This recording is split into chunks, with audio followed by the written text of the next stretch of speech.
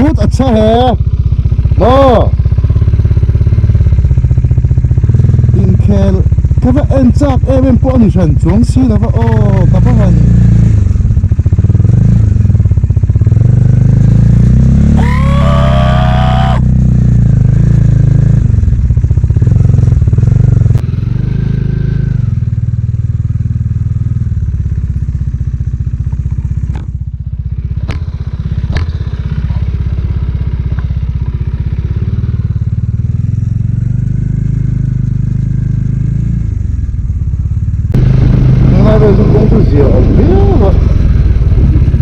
thì đòn chia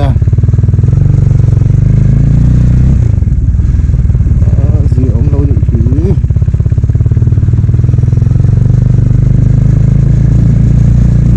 ai giảm được không có cái gì giảm được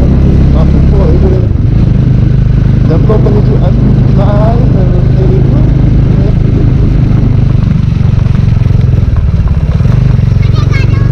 đi khét em tên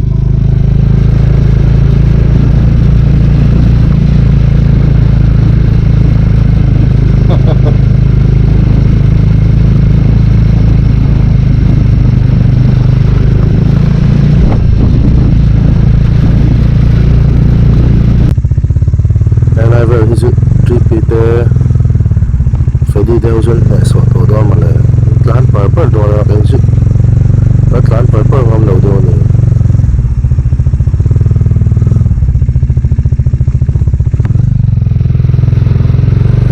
này với tình khởi lên này chơi mong cho hẳn là nó tụm lâm vật thành cái phụ giúp cái riêng cái gì á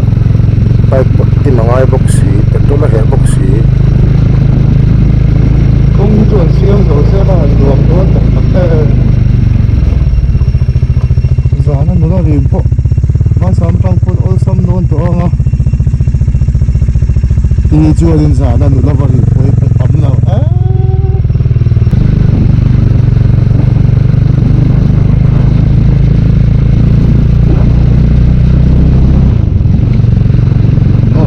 quăng chút thật đó thì chua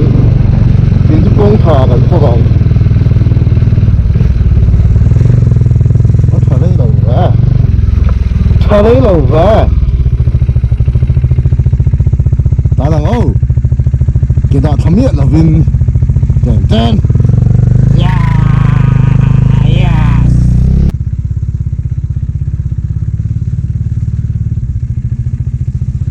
nông hoa có lúc với rồi hiện bóng chuồn có chú ngân tàn lết à con bộ nó sọt cho khóc mấy em dầu xe gắn thì tổ khóc này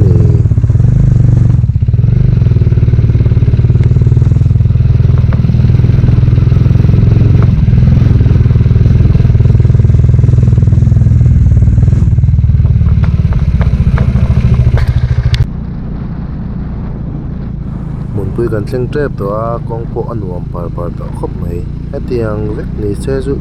car bông ai là bên mình ngã chuyên gần làn thanh tiếng chứ mà được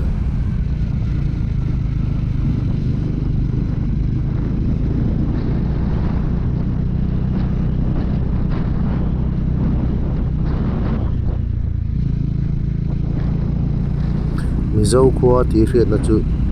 cắn liệt thầy cắn motor cắn park đó là trăng hè này nè fel thấp bi cái này ắt nọc lầu bi cái này vài năm chưa sẽ chân đủ tu đàn park lên á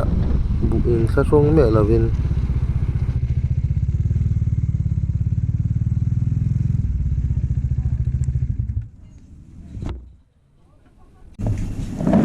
trên số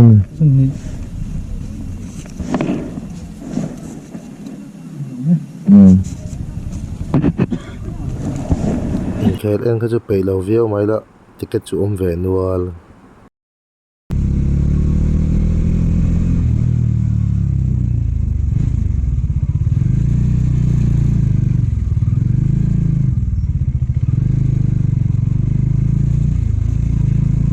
lan tlang về miết đòn masa in bong sa kan ei phatang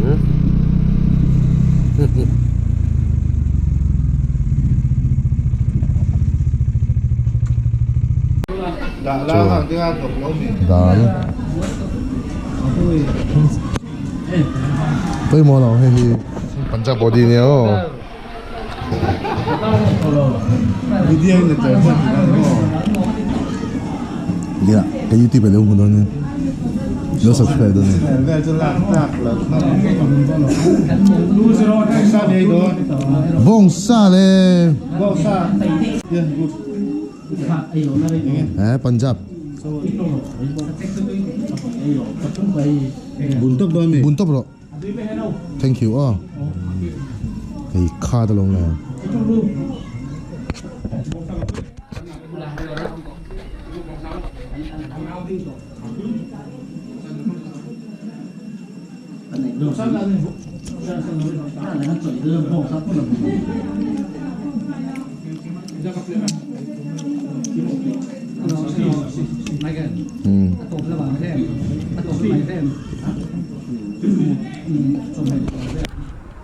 bữa tất cả ai nuôi in kia cái anh về phốt tăng à back to next video